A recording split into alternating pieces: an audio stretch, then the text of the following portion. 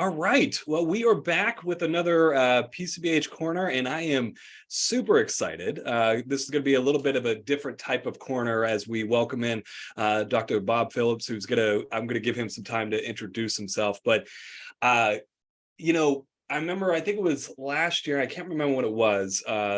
Jody Palaha on one of our listservs posted out this new report that was about implementing high quality primary care.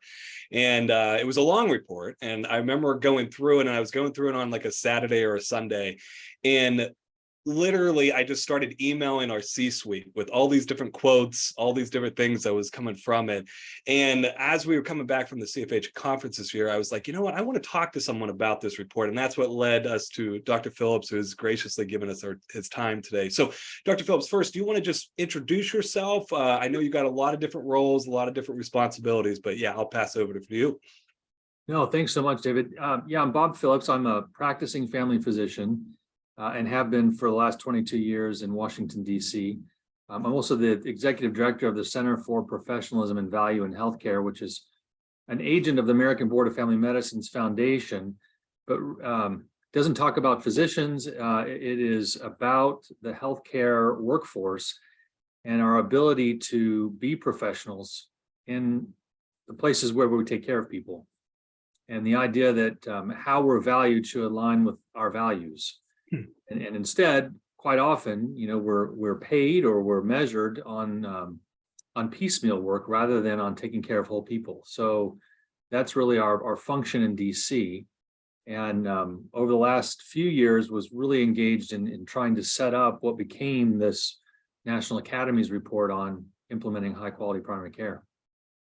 It's incredible. And for those that if you need a copy of it, I don't know if we're allowed to say this, I'm probably gonna get in trouble for this, but email and we'll send copies of the report. And it definitely is something that it just is maybe one of, as I said, it might be a long report, but one of the most inspiring reports I ever met. Like each page, I just kept getting more and more excited about it. So the one thing, and I wanted to start off with a quote of how you all defined this high quality primary care, and I'll read it. High quality primary care is the provision of whole person, integrated, accessible, and equitable healthcare by interprofessional teams that are accountable for addressing the majority of an individual's health and wellness needs across settings and through sustained relationships with patients, families, and communities. Again, I just get chills even just reading that. The first question I had for you, I'm just curious, like, what was this process like in developing this sort of report? I love that you all, even in the report, give some background about the committee and just different things. Can you walk us through just what this process was, how you all came to this incredible report? No, absolutely.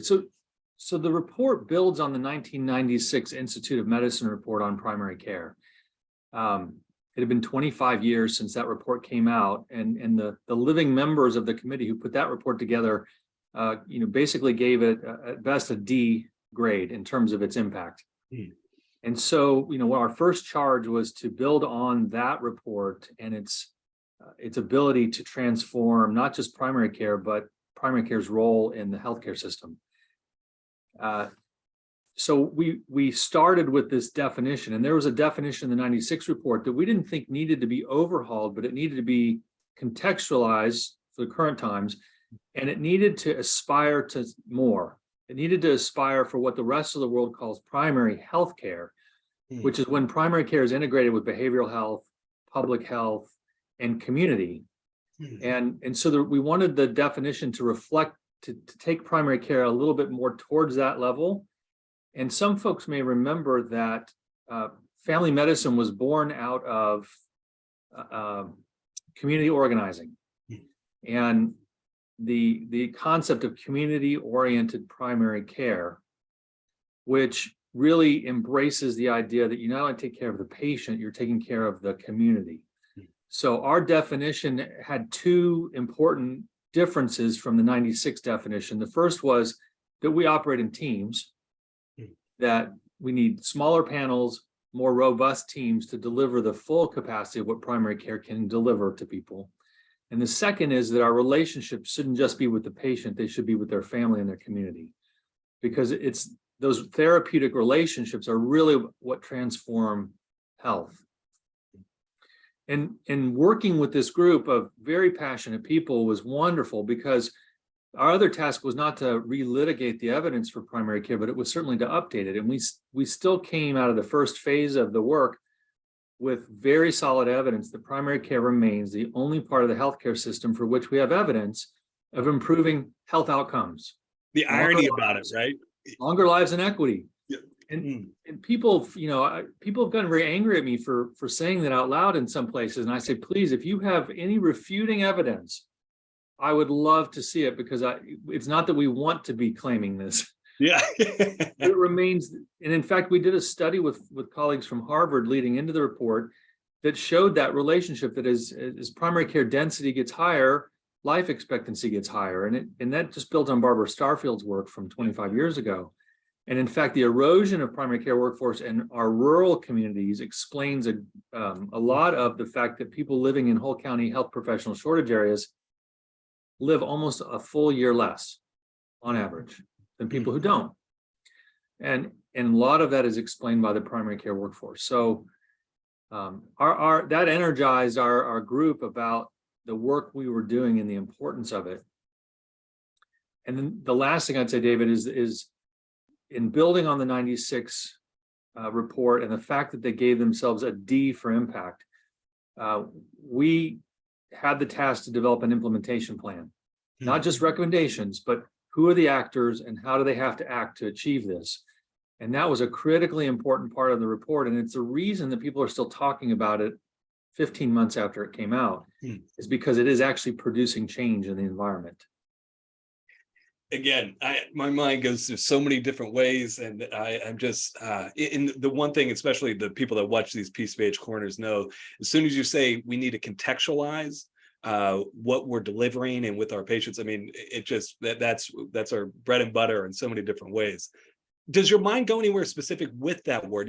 What does, because we talk a lot about contextualizing, how would you even define, if you were even talking to like a medical student or maybe even a R1 to a new family medicine resident, and you were talking about contextualizing care for a patient, how would you go about explaining that? So at the practice level, and we're very careful about this in the report, not to say that it's a cookie cutter design, that a primary care clinic or team should have at its core certain clinicians and functions. But then what it builds out from that depends on what the community needs. So the depth of behavioral health or the depth of community health workers, social workers, the folks that you bring into that context should be reflective of what the community you're trying to take care of needs. And so, we're very clear about that you have a core, but you build out from it based on need. And that also means that you need to be able to define and characterize your community. And those are the first two steps of community-oriented primary care. So who am I taking care of and what are their needs so that you can build your team to meet that? So that's what contextualizing means for us at the community level. At the patient level, it means having the resources so that as you identify your particular patient's needs, you have the resources. That includes money, but it also includes team members to be able to specifically tailor their care. So, there's a lot about contextualizing. And related to that, there's a couple of main themes, at least my mind was really picking up throughout the report. And you've talked about a number of them already. Definitely the community involvement was paramount. It was also great to see this what seemed like an overt shift. It actually didn't seem very subtle. It actually seemed pretty obvious that this was intentional, that instead of using patient-centered care, it was person-centered and very much focused on relationships, and you even were saying that there.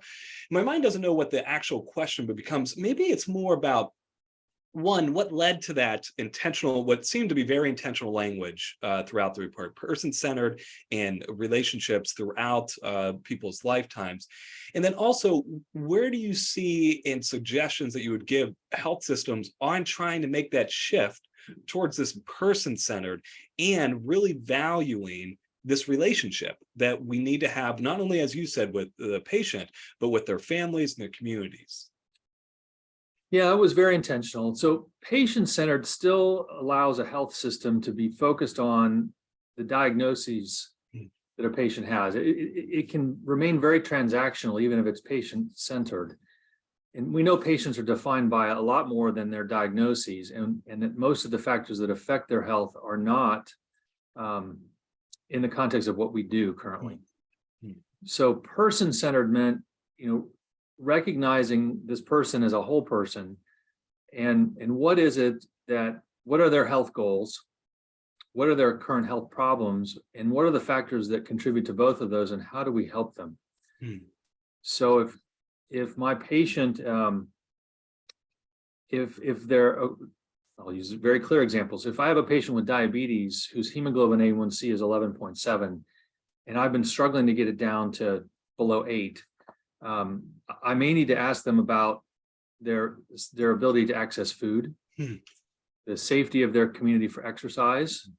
Are they homeless, and have they been able to secure their medications and take it on a daily basis? Is there chaos in their family that means they can't focus on their health?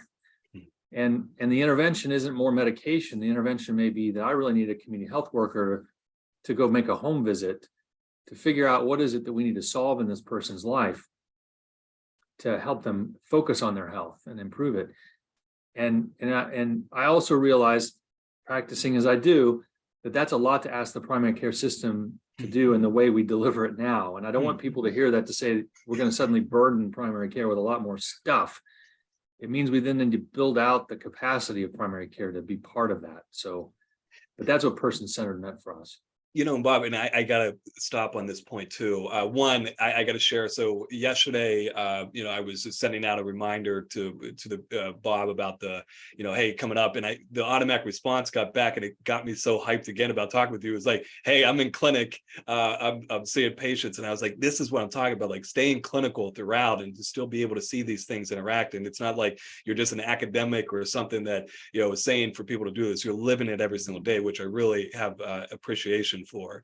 The other thing that you said there that I think is so powerful, and we've talked about this in other PCBH corners, is one of the most evidence-based interventions for like even patient adherence to treatment plans is simply the provider understanding the patient's perspective and their context. And I make the joke, I don't, this is just arbitrary, not necessarily based on data, but the reason why is, and excuse my language, the reason why that is because we stop asking people to do dumb shit. When we understand their context, and as you said, if they don't know where their next meal is coming from, if they don't know where they're staying tonight, like this idea about trying to focus in on what we are saying is the problem, it just doesn't even make sense to do. So I appreciate that contextualized even example that you just gave there about that person with diabetes and A1C of 11 that might not know where they're staying tonight. Yeah, and if I don't have a relationship with that person, first of all, I may not care enough to dig that deep. And second, I don't feel accountable. I feel like, I have to do today what this person needs, and the next person can deal with that problem down the road. But if there's a relationship, I own it, and I feel like I'm invested in helping them. And that's why relationship is so potent. One of my favorite physician poets from New Zealand, Glenn Colquhoun, often said, he has an essay called The Therapeutic Uses of Ache. And he talks about ache having an incubation. And that if we help be the nurse midwife for that ache, we often figure out what's at the heart of this person's health needs. But that takes time and it takes trust. And I often use an example with my own, with students about a patient of mine who it took me 18 months to get her to say, I'm no longer in love with my husband. And that is the source of my anxiety. And that is the source of my depression. And I couldn't talk about it for the first 6 visits we had. Maybe somebody else could have gotten her there faster, but certainly not with the level of trust that she could then talk about formulating a plan for how she was going to deal with that. And that's, could I have put her on medication for her depression? Absolutely. Could I gotten her to see a psychologist? Absolutely. But getting to the root of what was causing her pain and her problem meant I had that relationship with her. The one thing I love inherent within that story, and as you all talk about, throughout the report, and obviously, as you know, as a family provider, is that a family physician, is, this longitudinal relationship that we hope is inherent within primary care that allows trust to almost like naturally get built up. And the other thing that I really appreciated that you highlighted, and it probably scared the crap out of people a little bit, was you also highlighted the realities of primary care in the United States right now about declining and the access going down, visits being down, and really almost like bolstering like the reason why this report is so important is that when primary care is able to be done and those relationships are able to be realized, health improves incredibly. Yeah, I just, yeah, I have so many different questions and thoughts right now. You mentioned something about students. And I work in a family medicine residency in a teaching health center, and I was actually just quoting the report yesterday to applicants that are applying for our residency, and how we're trying to have this realization of high quality primary care. What suggestions would you give to either myself as a behavioral scientist, or just family medicine physician faculty, or any of the primary care residency specific domains of how to train future residents within this framework? And I also, sorry for keep talking, I also love that you said within the report, it wasn't necessarily like throwing away a biomedical approach at all. It was it was adding this on top of this importance of looking at symptoms, looking at diagnosis, and focusing on the whole person. So what suggestions would you have for faculty members that are working with medical students, residents, about embracing this approach? So the first thing I'd say is to help residents and students know not to fear it, because I see a lot of students and residents hesitant to ask that next level question, because it might open a Pandora's box of problems that they don't have time to deal with. What I often emphasize to residents is, if you own this patient, if you're committed to becoming their primary care provider and being with them over time, you don't have to deal with all this today. So, lean in, don't be afraid of it. Ask the tough questions, and be prepared to say, look, I'd really like to follow up on this in 2 weeks or a month. But let it evolve over time, and don't be afraid of opening that box. That thing that comes up as you're about to open the door to leave the room, and they're like, oh, one more thing. And that's the thing the residents don't want to have to deal with. Absolutely. When I was a resident, there was a really powerful study that came out that I've not been able to find since, that said a new male patient coming to see you won't tell you while they're really there in less than 14 minutes. And in a 15-minute visit window, that is the question. That's the thing that they're bringing up as you're about to open the door. Yeah. And so I've talked to students and residents about shortcutting that. Half jokingly, I often say, when I have a new male patient, one of the first questions I ask is, what do the women in your life want us to talk about today? Not only don't be afraid of what it is that they're really there for, dive and get there quick.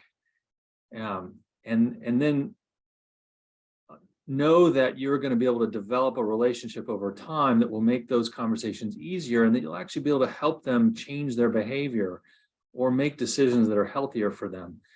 And I think this is at the heart of a lot of the evidence we put into the report, that continuity, that longitudinal healthcare relationships, there's such strong evidence that it helps people live longer, helps them manage their diseases better, helps them achieve better health outcomes, and it makes them less costly, less expensive to the healthcare system. So I work with students and residents to that. Here's the evidence for why this works, and this is what it looks like when it's working, and this is why it's really uncomfortable the first few times you try and engage that way, but trust it. I love that so much. And what's interesting, Bob, is that even when we're talking to behavioral health consultants that are like, trying to work in integrated primary care, it's the same response a lot of times. Like, I don't want to open up Pandora's box. I don't want to, that we have a brief amount of time. And again, it's one about, well, what are we going to do? We just got to ignore this, that it's here, and it's better not to know. And then simultaneously, as you're saying, like, it's amazing what happens when we lean in and show curiosity, genuine curiosity, what human beings' responses back to us are, and that longitudinal relationship, embracing that. I love that so much. That is that's phenomenal. What do going back to something that we talked about a little bit at the beginning was, as you said, this is about patients, about families, and about communities. So, and I know you talked about this throughout the report, what this could look like, but just for the people watching and maybe trying to think about some ideas, what would a primary care health system, or how did you call it again, that other countries, a primary health system, that's what it was? Primary healthcare. Primary healthcare. What would that system look like approaching a community? What would those health centers, what would they do? How would they engage the community that they're working with? So the concrete example that we've talked about several times over the years is, every nonprofit hospital has to do a community health needs assessment. Federally qualified health centers have to do a community health needs assessment. Accredited public health departments have to do a community health needs assessment. And in most communities, all three of those happen independently. So why aren't we working together? So we built a tool for all of the federally qualified health centers in the country when I was at the Robert Graham Center, called the UDS Mapper. So it takes real patient data and it shows you the neighborhoods you're caring for, and it gives you underlying population data so you can better understand that population. We built a tool into the Prime Registry that does that too, and that's based on research in my own practice, where we found that physicians, while they correctly identified the neighborhoods they take care of, they overestimated it by 100%. And on average, that was 116 square miles extra. So we need, in all three of those community health needs assessments and in our own practices, we should be using the data we have to say, I really understand the neighborhoods that are core to my service area. I can use data to understand the population social risk, the social determinants of health, and how do I think about taking care of people, not just within the clinic, but in the community, so that their health can really improve. The Lawrence Teaching Health Center used our tool. They saw the tool and said, oh my gosh, we collect food insecurity data on all of our patients. Instead of looking at all of our patients, could we just upload the data for our food insecure patients? And so what that created was the geography of their food insecure population. And then they said, well, wow, we should get a farmer's market into this neighborhood. We should bring a mobile food bank into this community.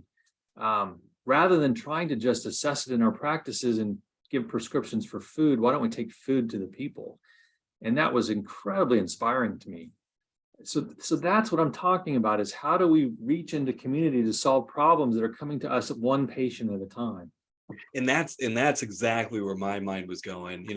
It's something that I've been very grateful for our CEO at CHCW, who has done a really great job of having these conversations of like redefining what it means to be a health center, right? Like redefining that it's not people just coming into us and these one-on-one interactions that are focused solely on diseases, and just like, what if we actually looked at these communities? I love that. And again, what a beautiful intervention, what a beautiful contextual intervention about trying to raise that community's need and addressing those community needs. Well, and imagine if the hospital, the community health center, and the public health department were all working they're all in the same geography. Now let's work at what are we seeing in those same geographies, and how do we leverage the resources of the hospital system to solve the problem that's showing up in the FQHC, or the problem that's showing up in the public health department? How do we partner better with the clinical side of the FQHC? How do we work together to solve a common problem that keeps showing up in each of our settings, but none of us has the ability to deal with on our own? So, and primary care is at the heart of that, and then primary health care is the ability to do that on a bigger scale with more partners. So that's what the report was really trying to also communicate, is while we need to shore up what primary care is able to do, it needs to be able to do that in a bigger context. And so that's what we're aiming for. And there's another report coming out of the National Academies next month, led by family docs, about whole health. So it's kind of the other end of the spectrum. How do you deal with primary health care, and how do we structure that? And it's going to be, again, I'm so grateful for this conversation in so many different ways. And I think one of the things that I really hope, because as we've talked about before, viewers are largely going to be, behavioral health folks, maybe working in primary care or integrated care. And the thing that I hope, and it highlighted me in the report, was the importance of these conversations. And then also how the philosophy of primary care is a beautiful one to uptake and really allows people to live out their mission as providers. And I think that's something I hope the viewers, and maybe even in the comments, or people can ask questions and emails about just how this report really does fit within, I feel like, what we all wanted to do as providers and to serve our communities, which is, I don't know, that's getting me excited. David, one other thing for the PCBH listening community, yes, the report itself is pretty daunting. But if you go to the website of the National Academies site for this report, there'll be 6 2-pagers. Oh. And the 2-pagers are all framed around each of the 5 objectives and then kind of the wraparound idea of the implementation plan. That's a good way to get started. We had webinars on every single one of the objectives, and then also on what the Office of the Assistant Secretary for Health is doing in response to the report. Those are nice little 1-hour webinars that people, take a deeper dive on each one of them if they want to. And then the report, as you said, it is 440 pages, but you can search on the things you want to look for, like behavioral health integration. And it's an easy read. It's a good read. You all did it incredible. That's the thing that I thought was really impressive, was like, it's scientific, it gives research and stuff, but it's a very, very easy read. Thank you. Yeah, no question. Let me ask you this, and maybe this will be as we begin to wrap up. Again, I'm so grateful for the time for today. And what I'll also do, I'll try to find those links and put those into the description of the posting, so people can just access that down in the description. For people that are interested in partnering and doing kind of advocacy work on this level, and becoming involved in promoting these things, any advice for individuals, and particularly maybe, if you're a non, we'll definitely have physicians and whatnot be watching this, but if you're a non-medical personnel, if you're a behavioral health or social worker, whatever it might be, any advice that you would say about trying to partner to help even with these collaborations like this report produced? Yeah, no, I think there's lots of opportunities. There is a lot moving on the federal level that will have important impacts in the next 6 months. So part of it, I think, is just looking at what the Office of the Assistant Secretary is moving on, implementing their initiative to strengthen primary health care. And just to be able to weigh in on that. We have lots of folks writing letters into the Secretary saying this is really important. We definitely should set up this infrastructure within HHS so that we know someone wakes up every morning worried about primary care and how it fits into our nation's most important healthcare needs. There's opportunities at the state level. We've had a handful of states like California, Michigan, Virginia, Rhode Island that have taken this report as a blueprint and are trying to develop that infrastructure at the state level. And then I think at the local level, there's the opportunity to take the report and say, we really should be heading for this. This report lays out the evidence and it gives us some specific recommendations for what it should look like. How do we develop this locally? And who needs to be involved, and how do we get started? So I hope people will use it on a local level to start to engage others who might want to help get this going. I lied. I have one more question. I apologize. What, through this report, if there was one outcome measure that you feel like would define and reflect what this report was trying to really, really get at and really say, and I know that's probably a really big thing that we could talk, what would the outcome measure be, do you feel? So Appendix E is a scorecard. For each, it has existing data sets that we can use to measure our movement on each of the objectives. One of the critical, and the Milbank Foundation, the Milbank Fund, the Physician Foundation, and the Graham Center are about to launch that national scorecard this month. So you'll be able to see it. I think the most important measure on that right now is the proportion of healthcare spend on primary care. And I hate to boil it down to financing, but we In this country, for Medicaid, we're down below 3% of total healthcare spend in primary care. We're down to less than 4% in Medicare. And for all commercial payers, it's between 5% and 7%. We're a third of all visits. Where 86% of people have their healthcare relationships, and we're being starved for resources. So until we structurally change the financing model, we can't do behavioral health integration. We can't build out a community health workforce. You cannot get there. It's like the lowest rung of Maslow's hierarchy. We can't get off of it unless we fix the financing. So we've got to do that, and I think there's an opportunity. This is actually moving at the state level much faster than federal. And that would be the thing I'd want to know is your state moving in this direction? Awesome. And I loved even the chart that you had that shows that like the percent of visions and then the sobering reality of what the funding is supporting that. So that's fantastic. Let me ask you this. Any last final thoughts that your mind wanted to say to go over, anything that would be good that you think for our viewers to know as we wrap up? Well, first, I'm so grateful to you, David, for hosting this. I'm grateful to you for reading the report. The report is free. It's online. You can download it. The second thing is watch this space, because the Secretary for Health is going to make it a really important announcement in the next 2 months. We're going to have another webinar in March, kind of laying out that new infrastructure at the federal level. The scorecard comes out this month, so you can start to look at how is primary care doing writ large nationally. But I think the next 6 months are going to be really exciting in this space. So this is not just a report on the shelf. I love it. It's not a report on the shelf for sure. And, we have our annual Collaborative Family Healthcare Association conference in October. We do a special PCBH SIG. I know Jeff Ryder, the individual that oversees a lot of the development of the conference, he would probably love to have you back. So I'm sure we'll be reaching out to see if we can get you to speak more on this and even give us an update of what those 6 months have been. Happy to do it. Hey, I appreciate you, man. Thank you for the work you're doing. Take care. Thank you.